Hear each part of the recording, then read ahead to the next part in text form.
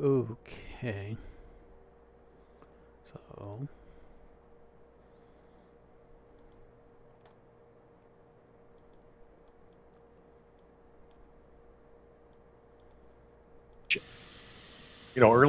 Earlier we talked about we were go for prop loader. That's a huge milestone in the countdown here. I'm going to bring Alex in. Give us a status update. We're seeing Hopefully these it's streaming vents. now. We're seeing the big cloud coming around the tank farm there. Give us a status update of where we are in this countdown and what's happening with the vehicle.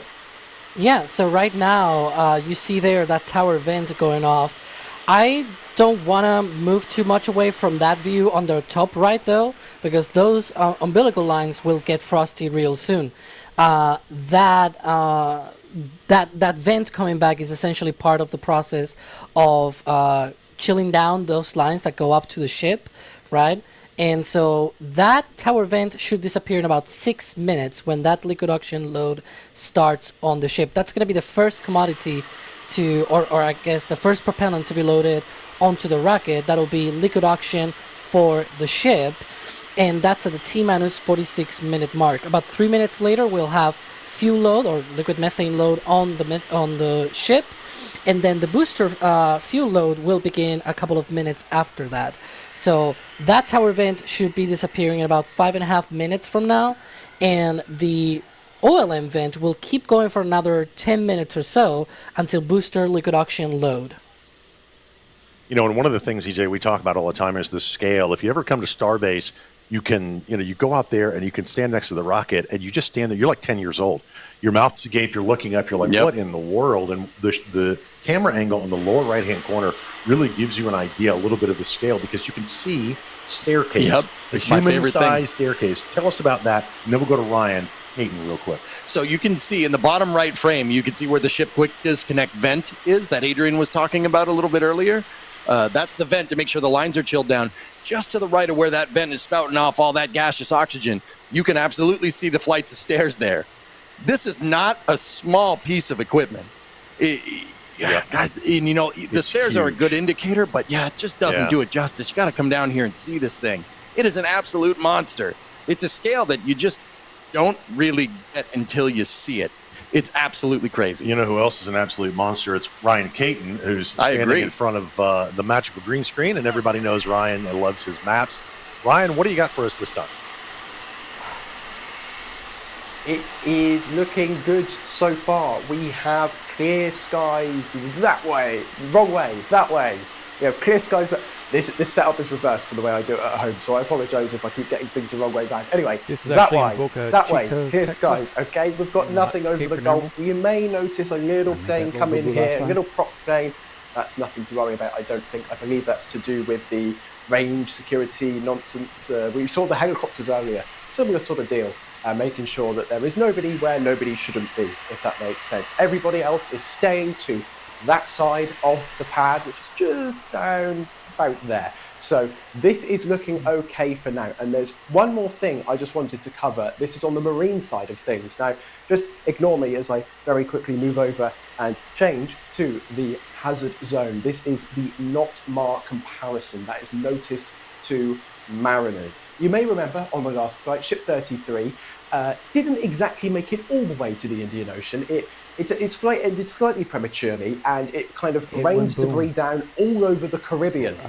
So as potentially a mitigation for that, you can see the Flight 8 NOTMAR, which is in red, has been expanded compared to the NOTMAR for the previous flight. That's the one in grey. So we see here, this larger area over here, this is where the booster flight takes place. So it's a bit wider because the booster is a little bit more unpredictable, I guess. But as the ship continues its way all the way down across the Gulf, its flight path becomes more predictable, so they can narrow that hazard zone down. However, as you can see, the grey hazard zone, which you'll remember for the last flight, it ends about here. The red one, which is for this flight, continues further down over, guess what? The Turks and Caicos Islands, which is where we saw those reports of debris washing up on shore. And there was also a report that debris apparently struck someone's car. Now, whether that was actually legitimate or not, I don't think that's actually been confirmed yet. But either way, hazard zones have been extended, probably as a result of what happened with Ship 33. Thank you, Ryan. We love your graphics. We love your green screen and all the information that you bring us, because it's interesting when you brought up the Flight 7 and the Flight 8. They did make some modifications to that, but they also made modifications to the ship, EJ. And one of the things we talked about earlier was not on this flight, but potentially on the next flight, they might be going, depending upon how this one goes, for a ship catch. And one of the questions that came in is from Kal-El, and Kal-El wants to know, at NASA Spaceflight, are the ship lifting points structural or architectural? Now, I don't really know. I think they meant the catch pins, because the lifting points are definitely structural. Oh, They yeah, have no, got to lift that ship They use up. those. But farther up on the screen, up on the ship, from where that screen was, the camera was pointing, there are little catch pins that stick out from the side. And I think the question is more along the lines of those: are those structural, or can this ship actually be caught if necessary? I think that those ones on Ship 34 are actually there just to test like the outer thermal protection system on the pins. I do not think they're going to work. There's no reason for SpaceX to put pins on there if they're not going to try and catch it. Now, that does kind of open up in the future, like maybe on Flight 9, we did see some provisions in the paperwork for Flight 9 that they could do a ship catch. But once again, Gene, as you were saying, it is entirely dependent on how this flight goes. So I think for now, they just have kind landings just a couple days ago. All of the launch providers, we are like you. We're rocket nerds, and we love science, technology, engineering, and the math that goes into this. And how do we do this? We do this because of you guys. You guys hitting thumbs up, you guys sharing this, you guys subscribing to our YouTube channel, and also going out to shop.nasaspaceflight.com and checking out some of the merch that we have that commemorate some of these flights. Go ahead, Adrian. I quickly want to make an update here because I see people wondering about it. There's venting now from the bottom of the ship, which is the ship engine chill lines. They are not yet in the engine chill of the Raptor engines, but they are preparing these engine chill lines to prepare that engine chill a bit later, where they will also prepare these Raptor engines for the flow of cold propellant. And Alex, correct me if I'm wrong, we're about just under 20 minutes away from that, what we should expect for the Raptor engine chill down to begin, right? So it would be a little early. Probably what they're seeing is venting from that OLM coming underneath the rocket. Well, it's referring to the venting under the flaps of the ship, the aft flaps. That is completely normal. They let some of that liquid oxygen flow through the lines. That's the venting that we were referring to. Ship engine chill has not started, but that doesn't mean they cannot flow some of that through right now. And then the actual chill down process doesn't start until T-minus 19 minutes and 40 seconds. So we're still about 20 minutes away from that process from starting, but they already have some of that venting going on. Again, that's completely normal. We've seen that in the past, and now it's a little bit more subtle actually, because in the past those lines would extend down to the booster, but with Block 2 they improved that. And what's going to happen here in about maybe 10 minutes is we're going to start shuffling around. We're going to run up to the roof. We're going to check in with DOS. We've got our cameras up there and some folks up on the roof. I know, EJ, you and I were here for Flight 7, and it was your first time here. Oh, yeah. For the folks that can't come to Starbase. And guys, we just have OLM vent has disappeared, which means liquid oxygen load is underway on the booster. So all 4 main tanks of Starship are now being loaded. The 2 main tanks on the ship, the 2 main tanks on the booster. You can see there through the tower some of that frost already appearing on the liquid oxygen tank of the ship. Again, So, checking those boxes on our way to T0 really in 37 minutes, 57 seconds. As I was saying, EJ, up on the roof, give everybody just a couple minutes of what it was like your first time here watching Starship and Super Heavy lift off, and then booster 14 coming back and getting caught. Well, if you guys have watched me before on Twitch, you watch me any of my reactions to rocket launch, I get rather enthusiastic during these launches. This time, I had no words. The awe of seeing this thing go off, and I'm not just trying to do that to blow smoke up Starship, right? There is nothing else like this. I am usually, screaming, having a good time, like, oh man, look at that thing go. Oh my goodness, this is crazy. The building's shaking, sonic booms, yeah. I was just there like, wow, you can tell it's a rocket because the way it is. That's pretty neat. That's pretty neat. I was just dumbstruck by this thing. Yeah. It's crazy seeing this thing fly. The first time I saw it, it was like a 12-year-old again, and you just become a kid because you're like in awe of this amazing rocket. And I remember telling you, take the headphones off, and because we can hear, they block a little bit of sound, and that's not what we want. We want to hear those engines roar when this thing lifts off, and hopefully we will hear the engine roar in about 36 minutes and 40 seconds. By the way, as I was saying, we can do all this because of you guys. And Michael Covilio, thank you so much for that $50 really super chat. Says stellar work, NSF. Thank you for all your dedication and sharing. To them. Michael, this is an absolute privilege for all of us to be here and do this and bring you these. That rocket's getting cold. Alex is giving the burr signal that rocket's getting cold, isn't it, Alex? Excuse me. Yeah, I was sort of doing like, ooh, frost, it's cold. And But- as but- the and they cannot tanks see start that. to fill, I mean, we're going to see these frost lines, right? Go ahead, Adrian.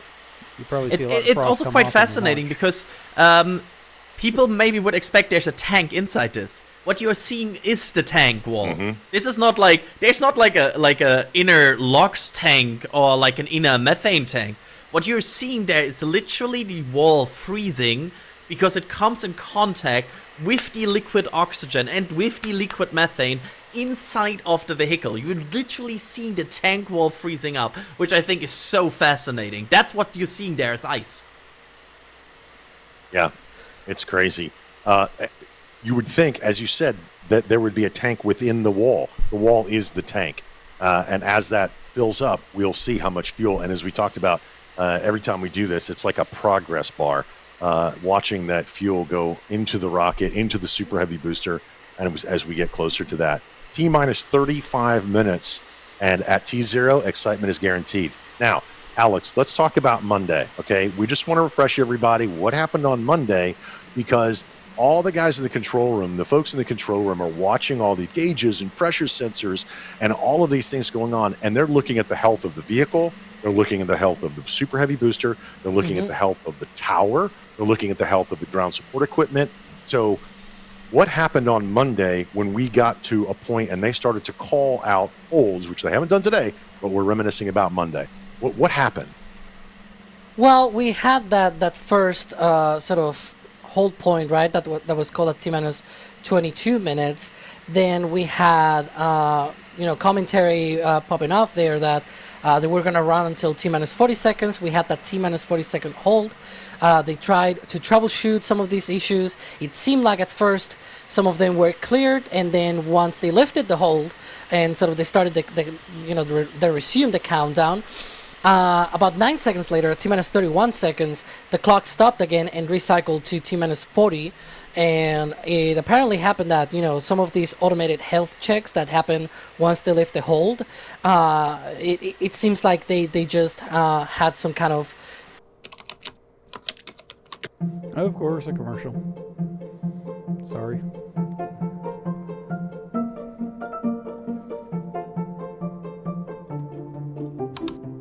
wanting to happen today, right? We're going into this propellant load sequence. Hopefully this time they have a lot more luck with those systems, the ground systems, the vehicle systems. Definitely, hoping to hear good news from SpaceX as we count down to T0. And as we count down to T0, we are looking at everything. We've got our folks in the field. Their cameras are set. And you actually, EJ, Yep. you got lucky. I haven't been able to go out there and set the remotes. Give us just a couple of minutes. Give us an idea of what it's like to get out there, work with the guys in the field, setting up the cameras, setting up the tripods, and getting that perfect shot. Well, Gene, I'll tell you, it's a lot of work, a lot of physical labor. You can drive out onto the beach in Boca Chica, but you can't drive into the dunes. So if you got to move a camera half mile in, Boca Chica. right, you're moving around a lot of heavy equipment, and you're lugging it through very, very, very fine sand. I mean, I don't know about you guys. I don't like sand. It's coarse, rough, and, it gets everywhere, right? It ends up being a lot of work, right? You lug this equipment out. It's often really, really warm. You lug this equipment out in the middle of a dune. You find a good spot. You set up shop, right? And then when you're done, you look at the camera, you look at everything good, and then you look and see what the camera's pointed at, right? You see it's pointed at this gigantic rocket, and then suddenly everything is worth it. I actually enjoy it. I like going out there because the payout is that you get to look at what you see on the screen. In fact, that camera I helped set up. This is the dune camera. I actually lugged all that equipment out into the dunes for this camera. So actually seeing that shot in the middle of the stream here, right, it really, really makes me happy. There was a lot of work that went into that one. Yeah, that's a great shot. This is my favorite shot, especially with the sun setting in the background. This is going to capture some amazing video. Something that I want to talk about that is amazing are the folks that make us. I keep going, and I say this over and over and over. We can't do what we do without your support. And I want to bring Adrian back in because we have some seriously generous folks like Sneefus with a $50 super chat who tells us, NASA spaceflight, your coverage is the best. I'm astounded by this vehicle. Nothing like this ever existed. You know, Sneefus, you're exactly right. So thank you for allowing us, giving us the privilege to put these cameras out there and helping us do what we do, which is bring you this amazing coverage. Adrian, let's thank some more folks. Yeah, absolutely. Plutonium239 here coming in with the $20 super chat saying, I enjoy watching you guys talk on the NSF livestream. NSF is my favorite channel. Godspeed, Starship 34. That means a lot to us. Honestly, we love that you love what we do. And I hope that continues that way. Nelson Wings, $20 super chat. It looks like the approach path for the catch on Tower 2 is different than the approach path for the catch on Tower 1. A little bit more from the south. Perhaps better views from the rocket ranch. Yeah, honestly, we talked about this a bit the other day. Like internally and just discussed it. And honestly, Rocket Ranch might be really interesting for potential ship catch. There will be some great views from there. Christian Manaplace with the €20 super chat, very good currency. Thank you for the great work you do. Thank you so much. And then WB Hookie with the $20. Please, for the love of all things, space pop. For the love of all things, do not lick the booster. Yes, very cold. Don't lick this booster. It's quite cold, and also you would violate the closure zone. That's another thing. And I'm also have to mention here Mike Pollock just coming in with the $50 super chat. Thanks. Keep it up, NSF. And I can promise you we will keep it up. Thank you all. I'm badly behind here, Gene, but I'm doing my best. Yeah. By the way, let me just point that out. It is absolutely impossible for us to keep up with everything because you guys are so generous and you ask so many amazing questions. We try to get to all of them that we can. Promise you, we are not ignoring anybody. There's just the volume of generosity, the volume of questions just overwhelms us. Here in just a few minutes, I know Ryan Caton is going to run up to the roof, and also EJ, you're heading up there as well to watch this rocket with your own calibrated eyes, right? Oh yeah, Mark 1 eyeball. Half an hour. It's going to be a lot of fun. Now, I'm going to run up there. I'm the last one to go up the stairs. Not that it takes me the longest, but you sure about that? I will hold down the fort, and then you guys run upstairs. Let me just say this go ahead. You guys go ahead and run upstairs. If you like what you see, if you like what you hear, if you like all this information, there's a lot of ways for you guys to follow along with us, because that's really what we're doing. We're watching these rocket launches with you. You can grab our newsletter. You can go out to nasaspaceflight.com. You can join the forum, join what we call L2. And we have some amazing writers that write articles that keep you up with all the things in spaceflight. We also have 3 24-hour channels. Our Starbase Live 24-hour stream, McGregor, if you want to see some rocket testing, also Space Coast Live. And then we have dedicated shows. We have Starbase Updates with Jack Beyer, which we talked to earlier tonight. We also have This Week in Spaceflight with Alicia Siegel on Fridays. The Flame Trench, which is which is EJ's favorite. We just cut up for a couple hours on Friday afternoon. It's a lot of fun. So just subscribe to our YouTube channel. You get a lot of notifications, set those reminders, and there are lots of ways for you to join the NSF Rocket Nerd family. This is a great pan. Look at this, guys. I wonder what the topic will be with for the venting coming off. And what was that, Adrian? I wonder what the topic will be for tomorrow's Flame Trench. We should discuss that, right? I wonder. Well, it depends. It depends on how today's launch goes, right, Adrian? I want to talk about the Ariane 6 that launched, Adrian. Oh, yeah. We'll make it sure. Like, that's the angle. Let's go. I want to talk about moon landers. Yeah. Can I be on Flame Trench? Yeah. Please. You want to? That'd be great. Well, right now we're focused on this super heavy booster 15 and ship 34 stacked at pad A, ready for launch here approximately T-minus 27 minutes. Now, Have we heard anything, Alex? I know you're listening in the background to the call outs from SpaceX. Have we heard anything other than positive news as we approach T0? Everything sounds pretty good right now. Seemingly no tracking any issues, it seems like. But we'll see. EJ, I'm officially sending you to the moon. Actually, to the roof. I mean, that's good too. I'd like the moon. Hopefully we don't tip over when we get up there on the roof. Well, look, you're going to take it when you get up there. Yes, because sir. the sooner you get up there, then the sooner I can get up there. So stop All right. standing here lollygagging, young man. Oh, no, boy. Get out of I'm here. sorry, Dad. All right. I'm going. See you guys. I'll be up on the roof in a little bit. On Monday, Alex, they showed us they were doing a flap test. Is that something normal in the countdown that they do? The flap tests right before flight, kind of an avionics test? Sometimes they do it a little bit earlier, but they do some of those checks, of course, and in that case it was just a lot more closer to T0. That's being a bit more rare here and there, but we do see flap testing, also grid fin testing as well on the booster. It's something that they try to check out before the launch, of course. Yeah, so we should see potentially the front flaps, or there you go. Alex, talk us through this as we get have some engine- there Yeah. those tanks. You can see the 2 main tanks on each vehicle, but the ship also has an extra 2 tanks on the tip of the nose cone. Right now they are not loading those, but they are going to be loading those very shortly from now. They have about 55% on both main tanks of the ship, and about 43 on the methane on the booster, and 32% on the oxygen for the booster. So we are roughly halfway through that propellant load on both stages. But yeah. Is that where we're supposed to be at T minus 25 minutes? About Yeah, halfway so through far loading? so good. Everything's looking seems good. like, no tracking any issues. No issues with the winds. It seemed earlier today that it could be an issue, but no longer an issue. So far so good. Like, this is good news. This is complete opposite of what happened on Monday, right? Around this time we had that triple hole call on the countdown, and it was like, no, that's bad. So we don't want that to happen today, and so far it's looking like everything is smooth, but knock on wood. One of the big questions we get is, where can we come to? Everybody knocking on their head. That's funny.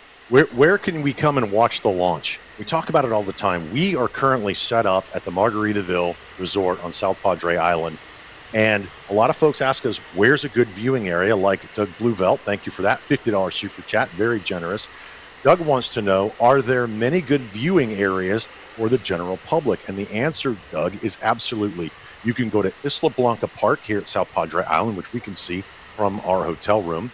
You can see right there down at the bottom of your screen. That's Isla Blanca Park, and look how close you are. That shot is actually from the top, the roof of the Margaritaville. You can also go to Rocket Ranch, which we call the Outpost, which is over on the Starbase side.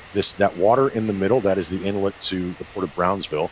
And the Rocket Ranch is actually the closest you can be. It's about 4 miles away from the rocket itself, and that's actually the closest place you can be. But anywhere over along the water, there's a big the traffic here is crazy, by the way. I'm just going to warn you, Doug, if you come down here and you go to Isla Blanca Park, don't plan on leaving immediately after launch and catch. You're going to be here for a little bit, so plan some time. There are really, really good places that you can come and you can watch the rocket launch right here at Starbase, Texas, as we are T minus 23 minutes. And I'm waiting for either Doss or EJ or Ryan to get back on the comms from. You don't really want to get too close to the rocket launch because the shockwave would probably do some damage to you, and the sound would probably be deafening. That's why they have these exclusion zones, how close you can get. Plus, it's also for the safety of a rocket. Make sure nobody gets in there and does anything they're not supposed to. From the roof, and then that would give, I mean, it looks absolutely perfect from the other 7 launches we've done. It looks really good from here.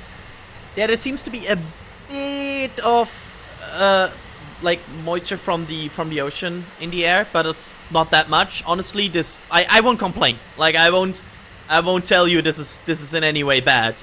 We are getting good visuals, and we are from what I can tell, looking good here. And of course, we want to see good visuals. We want to see that booster catch. We don't want to get the situation that we have on, I don't know, some Starlinks, where we see the rocket for 15 seconds and then it's gone and through the clouds. Yeah. So, and I can already promise you, we have amazing trackers there. And with amazing trackers, I mean our people that are there will track this. And I'm looking forward to see that track in midair.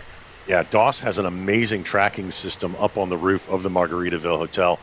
And he was able, on Flight 7, he was able to track that all the way up to stage separation, where the hot staging, you can actually see the venting of the hot stage, and then the booster turn around and boost back burn and come in. And once we have them up on the roof, we're going to bring that back to you. Alex, are we hearing anything from SpaceX in their back channel? Are we hearing anything? Everything is go. We are at 20 minutes, and what are we expecting to come up here in the next few minutes? Yeah, nothing that will worry anybody right now. Just usual stuff. Continuing with the propellant load. That propellant load will wrap out around 3 minutes or so. Bit of a difference between the booster and the ship. The ship is at 3 minutes and 20 seconds to go, and at booster it will be 2 and 50, right? 2 minutes and 50 seconds. So there's still a lot to go on here. One of the things that they tend to do around this time of the countdown, a part of starting the Raptor engine chill, which should be in less than 20 seconds. The other thing that they do is they transition the ship propellant load from the main tanks to the header tank. So they stop around 80%, 85% of the load of the main tanks of the ship, and then they move over and load the header tanks at the tip of the nose cone. Those are smaller, so it takes a lot less time to load them, and so they pause the main tanks for a bit. They load the header tanks. We may see some venting from the nose cone as well as we go into that, and then they'll switch back again to fill up the remaining portions of the main tanks. You can see there they are quite loaded already. That frost indicators, they are essentially the propellant indicators that frost there on the tanks, as you can see. Yeah. The progress bar, as we say it. Jeff Freishoff coming in with a $40 super chat. Thank you so much. Says NSF crews are the best. I don't know, guys. What do you think? I don't know. I'm not going to answer that question. Thank you so much for thinking that, Jeff. Having normal space nerds talking everything rocket related beats all. Been a space nerd since the Mercury program. Well, Jeff, we appreciate you supporting us and allowing us, giving us the privilege to do this, because we are, I don't know about normal, Adrian, Alex, Gene, EJ, normal-ish. We're pretty nerdy rocket nerds, I will admit. But Jeff, thank you for that support. We greatly appreciate it. So as you said, Alex, you said that the Raptor chill should be starting, and I know you're listening in. We have some timelines of what's going to happen as we get closer to this D0. Alex, do you want to talk us through this, or I believe this one is actually after launch, if I'm not mistaken. There we go. So we're gonna have that launch, and then max Q at T plus 1 minute and 2 seconds. 2.5 minutes after flight, we're gonna have that MECO hot staging. The ship will ignite its engines and separate from the booster. The booster will turn around, do its boost back burn back to the launch site. Remember, if something goes off for whatever reason, it'll default to a splashdown on the Gulf. We're gonna have that hot staging ring separation, and then hopefully a catch on the launch tower arms about 7 minutes after liftoff. In the meantime, the ship will continue into its own trajectory to the Indian Ocean. It will shut down its engines at T plus 8 minutes and 44 seconds. Then we'll have that Starlink deployment around 17 minutes after flight, 37 minutes after flight, that single Raptor in space relight, and then the Starship reentry should start at the 47-minute mark for a ship landing in the Indian Ocean at T plus 1 hour, 6 minutes, and I believe we're gonna get to that in just a second there, and 20 seconds. There you go. Try to time my explanations there, but that's the flight profile for today. That's essentially what we're gonna see. Well, we're going to see starting up in essentially 16.5 minutes from now. Well, coming up, usually around 15 minutes is when I have to run up to the roof. So, EJ, Doss, do we have you guys up there? maybe you're dancing. I'm not sure if we. I don't think we have them yet. Let But I me- do want to say thank you to Long This. Thank you so much. What an amazingly generous super chat. You're a legend in my book. Seriously. Thank you so much. $250 super chat. Guys, wow. That is super generous. And Long This says, all the kings said I was daft to build a castle in a swamp, but I built it all the same just to show them. It sank into the swamp. So I built a second one. That sank into the swamp. So I built a third one. That one burned down, fell over, then sank in the swamp. But the eighth one.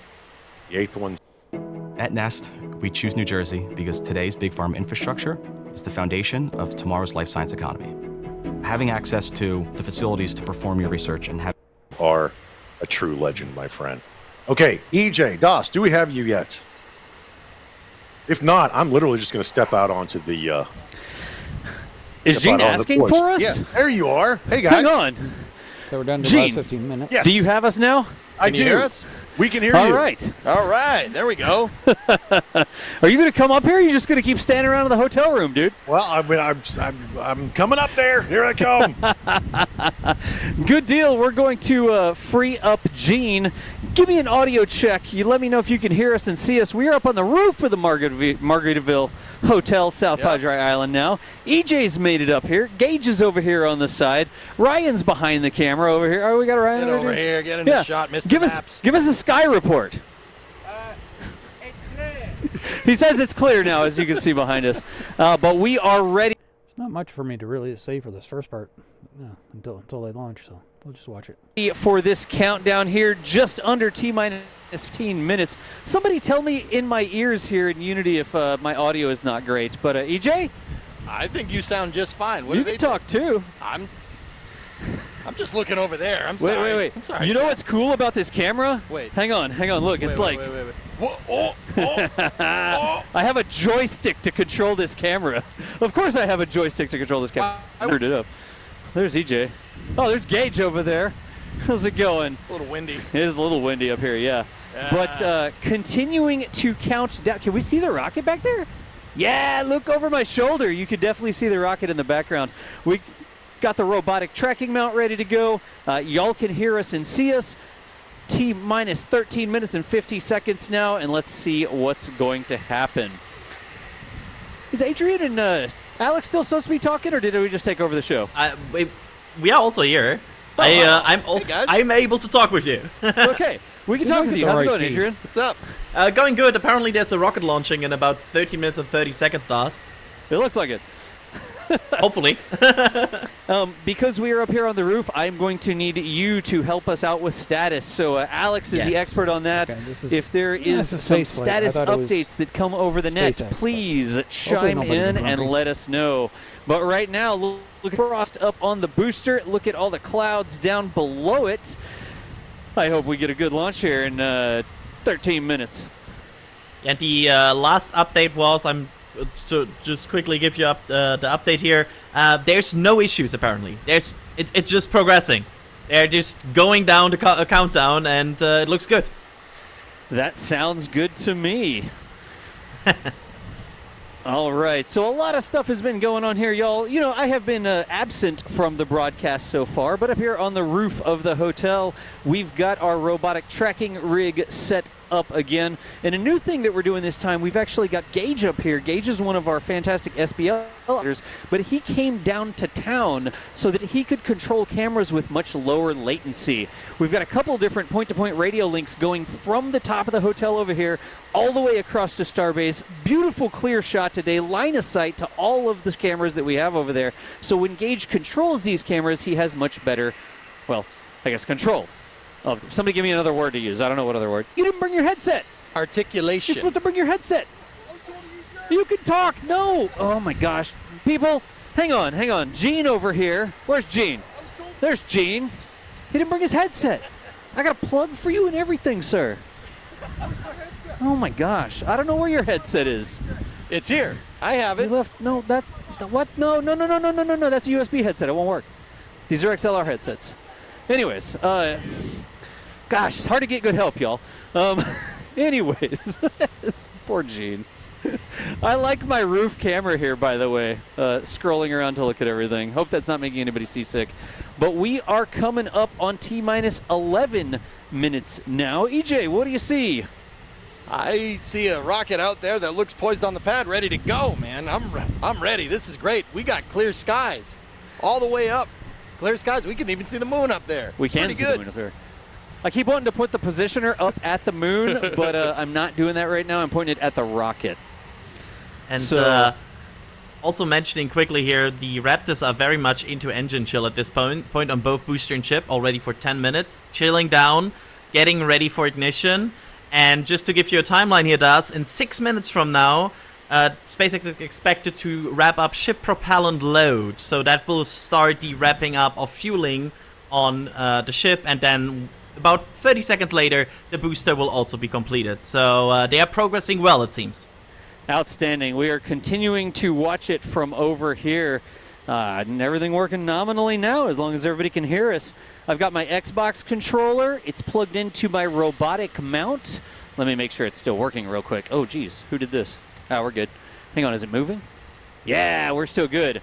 The robotic mount is still good to go. So we are going to continue to tick down. Are we under 10 minutes? 4, 3, 2, 1. Love it. T-minus 10 minutes. Flight 8, a Starship here, folks. Let's see what we get out here at Starbase, Texas. Oh, we could almost call it Starbase, Texas now, right? I think we can. And of course, the main thing. I think this is the last opportunity for this window. I don't know what qualifies for a window. Sometimes it's the orbital characteristics, like if they want to get a certain orbit, or if they want to launch it to another planet, you have to launch it by a certain date. Today, I don't know what it is. Maybe it's just scheduling of airspace around Texas and Florida and such. So if they don't launch today, it won't be done for a while. Before flight. There we go. There, did you see the forward flaps on stream right now? Moving and then wiggling a bit. That is fantastic. It's this one. That is the flap moving. It's not a camera mounted on the flap. It is a camera looking at the flap. And this is the brave little flap cam, I think, that we saw previous flights. The demise of the flaps coming through. Hey, Chris. Look at that. Who's that? I know that guy. Who's that nerd? Who's that nerd? Anyways, 8.5 minutes. Look at the beautiful lighting. Is the lighting out here not absolutely beautiful? The sun has not quite gone down yet. The shiny bits on the rocket looking fantastic. I don't think we'll quite get the same sort of jellyfish effect because the sun is not down on the horizon all the way. I don't know. What do you think, EJ? I think it might be a little bit too high in the sky. Yeah. You know? It'd have to go into the window a little bit, and let's just send it to the beginning of the window. Yeah, I think that's a good idea. I think we should do this. How long have we been down here? Don't ask my wife. She can tell you exactly how many days, minutes, hours, and seconds I've been away from home. With me, man. And sorry, I'm chiming in again. The SpaceX team is also confirming that the Starship flap checkout has been completed. All right. Outstanding. That is what we like to hear out here at Starbase, y'all. Running out of screens. EJ, if you see any late-breaking, real quick questions or anything like that, or super chats that come in, there's so many names. We're scrolling across the top of the super chat. I got a Secure, I got a Bell, a Shaker actually, a Beth in there. There's Helge KU something along this Bideford. I see Bideford up there in the list. I'm not even clicking on them to look. I'm just looking in YouTube. But thank y'all so much. You guys are the best. For the support. It really is fantastic to be able to be out here at Starbase, seeing a rocket, Frosty, ready to fly out into the, what? Somebody give me a nice thesaurus word. Fly out into the what? The wild blue yonder. I was going to go with wild blue yonder. I mean, wouldn't it be the wild dark yonder, though? Well, I mean, I don't know. It looks a little blue to me, and I'm okay with that. I'll take blue, but that's an Air Force thing. At least it's not the wild gray yonder, right, where we can't see anything. Wait, that could be the moon someday, though. Ah, yes. Yeah. All right.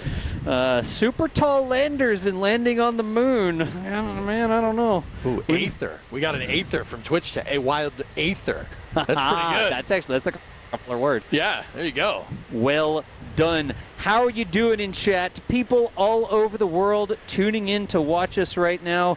Do this for us. It's T-minus 6 minutes and 20 seconds.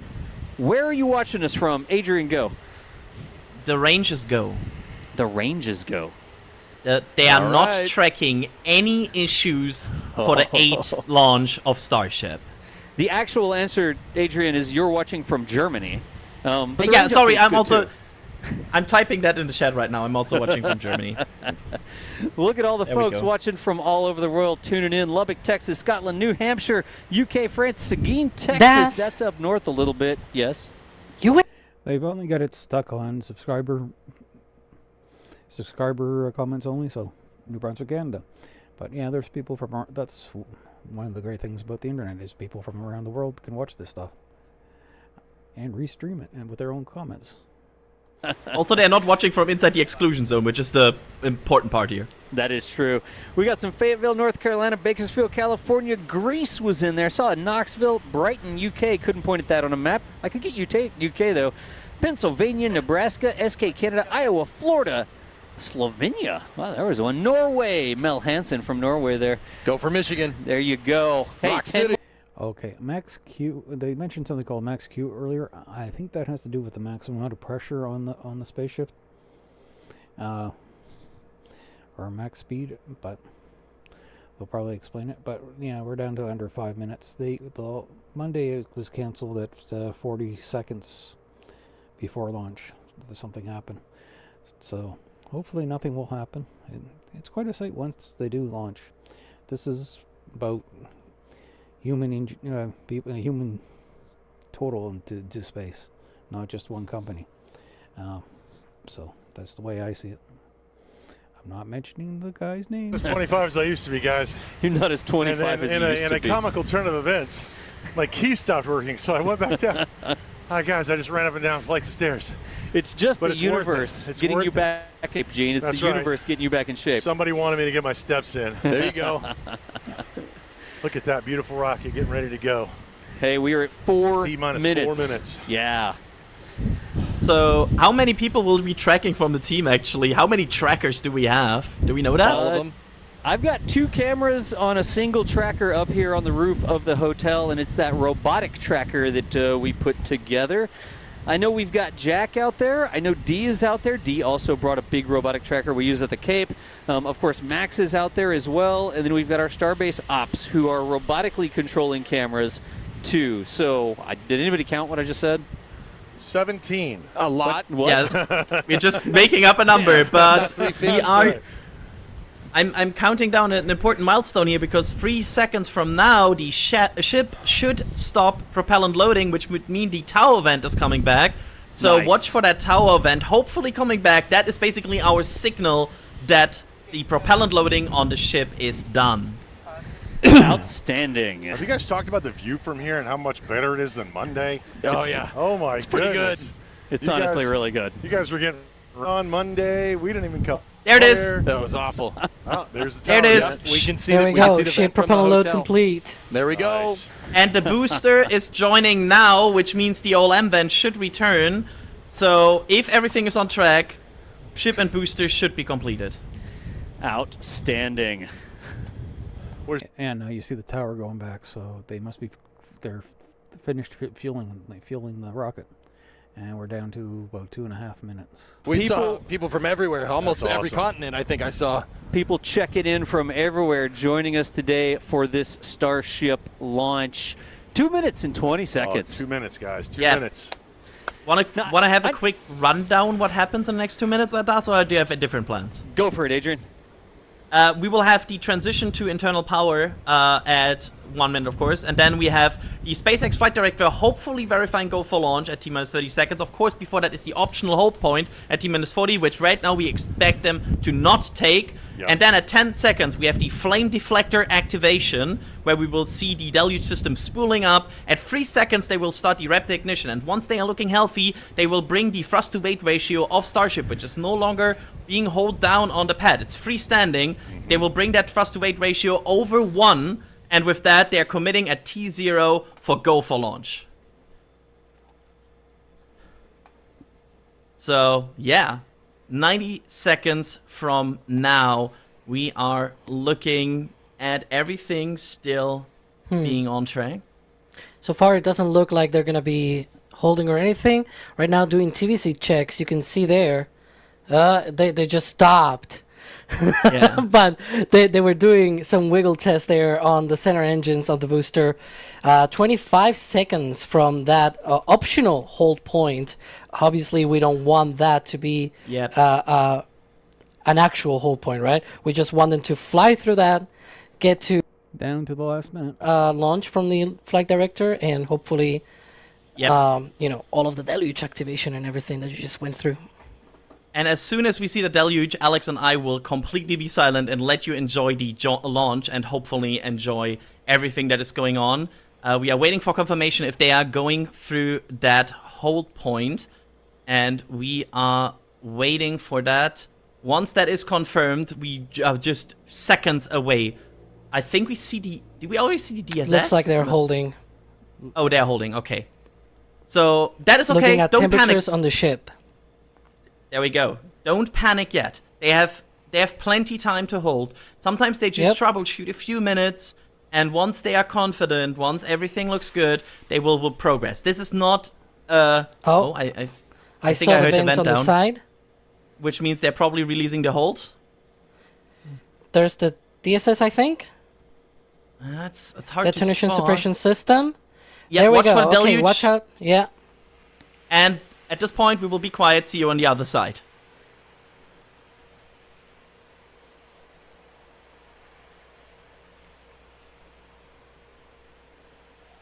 Okay, looks like it's just about to lift off, and the rockets are lit.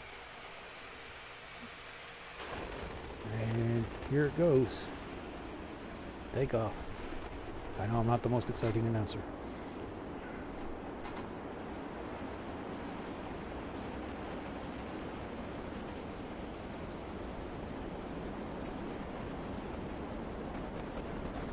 Yes, they just had to do a couple of last second trouble checks.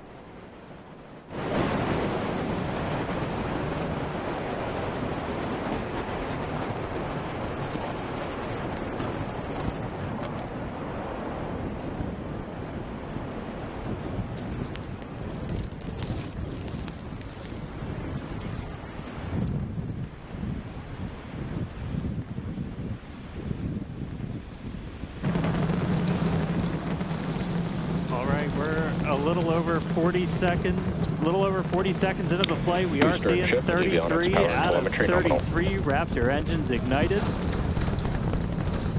think the space Boosters pushing us downrange over the Gulf. Next milestone coming up in just under 10 seconds is going to be max Q, that max aerodynamic pressure. Okay. Yeah, the last one that they launched didn't have all engines lit, so that's the one that Max Q. disassembled over the Turks and Caicos. All right, so we're through max Q. That's the heaviest stresses it's kind of seeing on the way up. Wow, that was pretty incredible. I'm still recovering. That was amazing. Beautiful views of the vehicle on ascent, pitching downrange away from the launch tower. And we are seeing 33 healthy Raptor engines, if I might say that. And the booster ascent looks to be good so far. And we are, I mean, Alex, so far so good, right? We are, everything looking good. We are about 30 seconds away from hot staging. Yep, next up should be hot staging.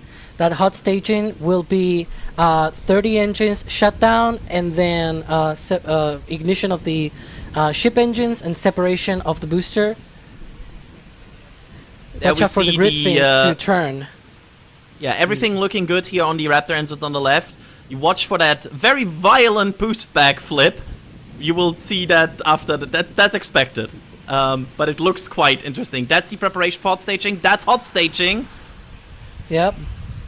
From our And cameras. I think there's the boost back. Look at that flip. Here it comes. Wonderful. Oh, That's that the boost flip. back burn start. This is That was an interesting flip, but I think that looks good on the boost back. Yeah, that looks good, right? Looks like 2 engines might be out on the boost up, Okay. on the boost back burn.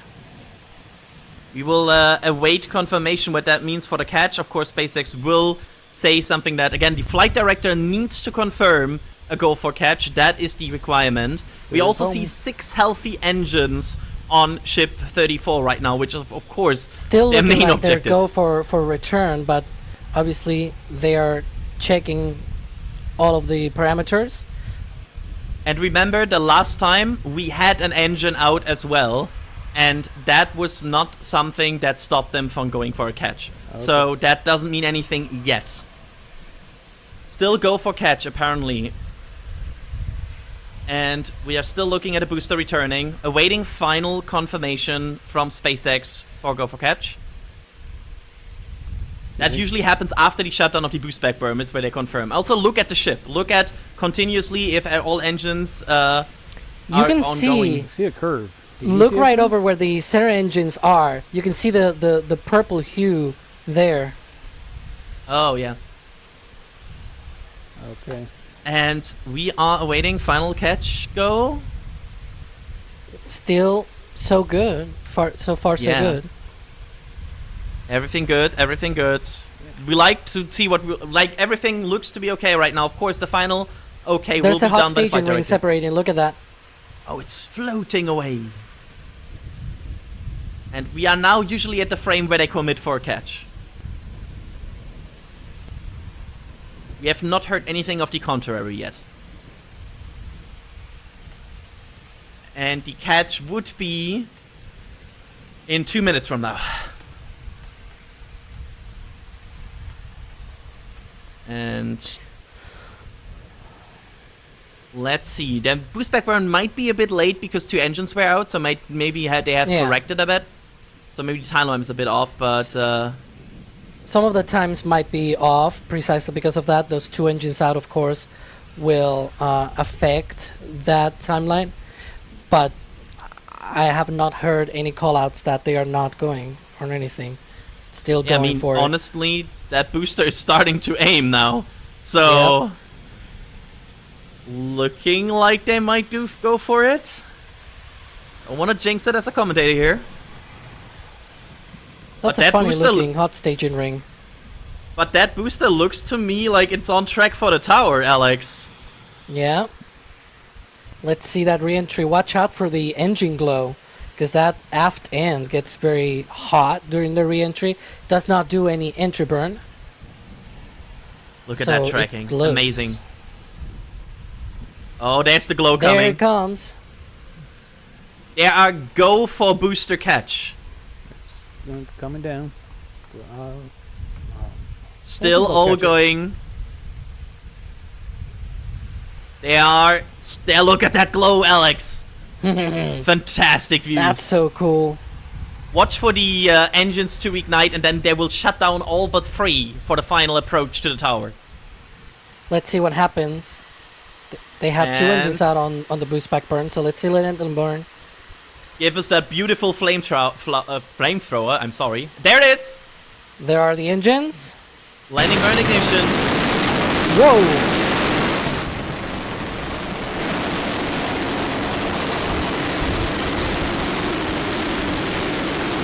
And let's see if it catches it.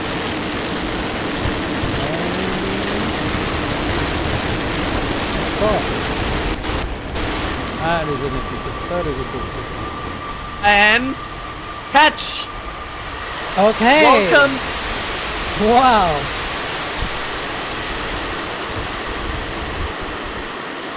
I'll just see the meeting. Welcome back, booster. We have a catch. I'd love to see the meeting where they go, yeah, we're going to catch the rocket when it lands with chopsticks or 2 bits of scaffolding. doing just fine. The ship, it's still going. The of ship course. is still going. Let's see, because it still has about another minute or so on its burn.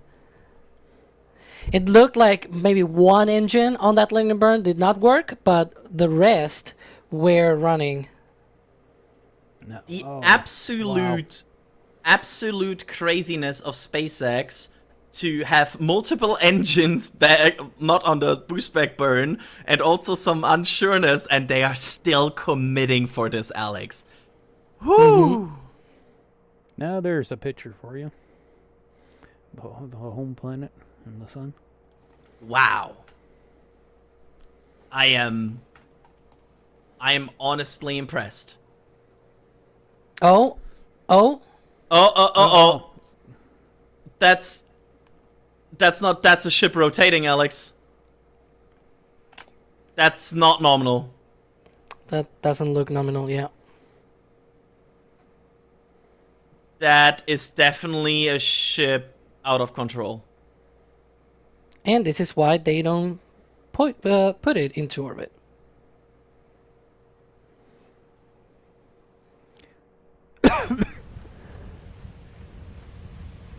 Oops.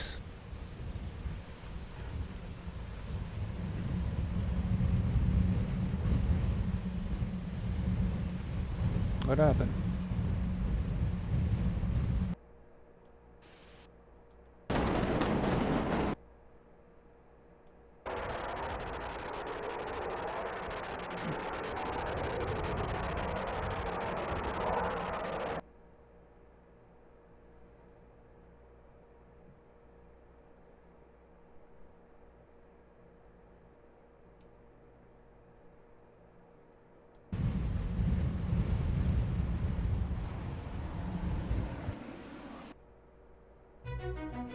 Great stories are born of unforgettable moments in Antarctica with Scenic Eclipse. We lost the attitude control of the ship.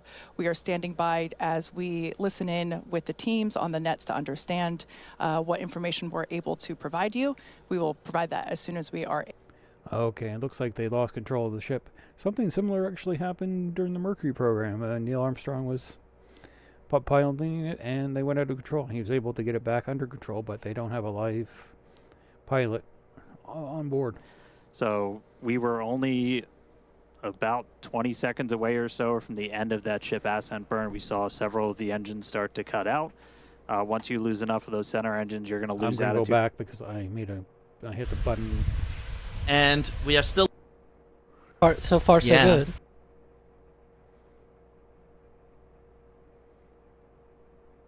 Absolute craziness of SpaceX to have multiple... That's not nominal. That doesn't look nominal, yeah. So I guess we didn't really miss that much, but yeah. They got to see if they can reacquire the signal from the craft. And this is why they don't... So... Yeah, I mean, Gene, let's quickly talk through what we have just seen. I mean, what it looks like is the 4 engines went out early. That's almost looked like we had 4 engines out a bit early, and that started a tumble because, of course, that will give you asymmetric thrust. Yep. And once you're in the asymmetric thrust, you're basically starting to tumble, and they lost altitude control. Similar to what happened on Flight 7 on the way. We don't know the reasons why, obviously, but yeah, the inner 3 engines can gimbal. The vacuum optimized Raptors. Look at that beautiful ship hanging off the chopsticks booster. They are fixed, right? So the vacuum optimized. So if they have to do massive attitude control maneuvers, they do them with the sea level engines. And as soon as 1 engine out, they can still control it, but 2 engines out, 1 sea level just can't handle it, and it will go into, as you say, asymmetric thrust, which will start the vehicle tumbling. I just caught a bit of that as I came back into the studio. Yeah, it's of course we are standing by for SpaceX to say more and give us a good overview of what happened. Yeah. There's. But yeah. Now, was Adrian, I correct? I think. Go ahead, Oh, Alex. sorry. I was gonna say there's at least some things that we are sure about, right? That we can talk about here. That booster looks a little bit off from what we saw on previous landings. You may notice that it's actually sort of to the side of the tower. That is not how it landed on previous occasions, which means the chopsticks may have done their work on try to align themselves with where the booster was coming down. Mm-hmm. Yeah. This is. I think we saw. Maybe I'm imagining things, but I think we saw the chopsticks almost pivoting over at the catch.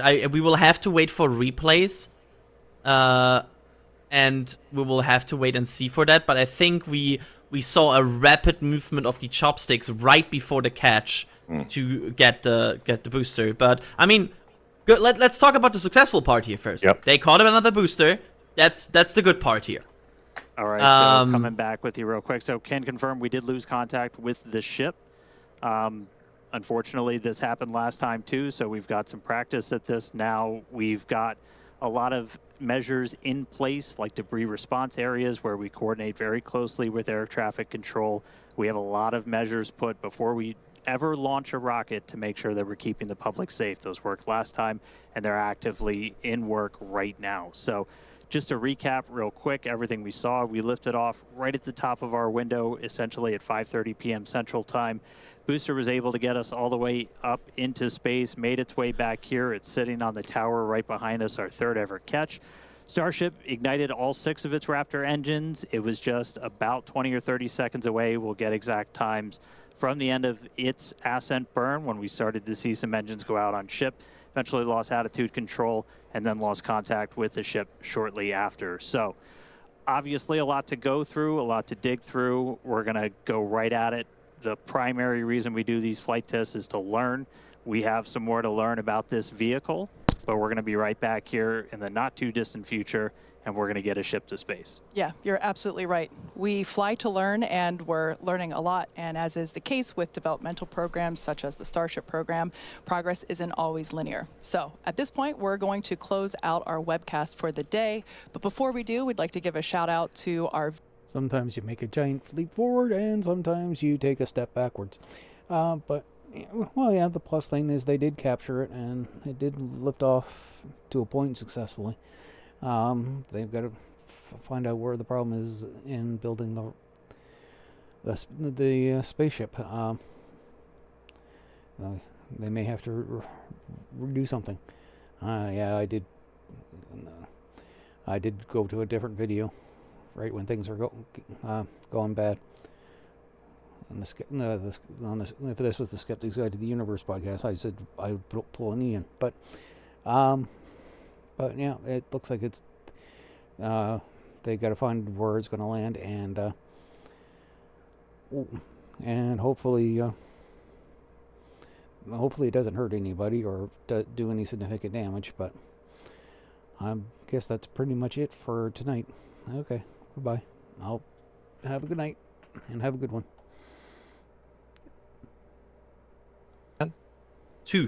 They had 2 engines. 2 engines out on boost back, and they also apparently, Alex, there was an engine out on landing burn, correct? Yeah, I'm looking through all the cameras as well. You know, and trying to look at everything. Remember, the liftoff happened roughly 35 seconds into the window.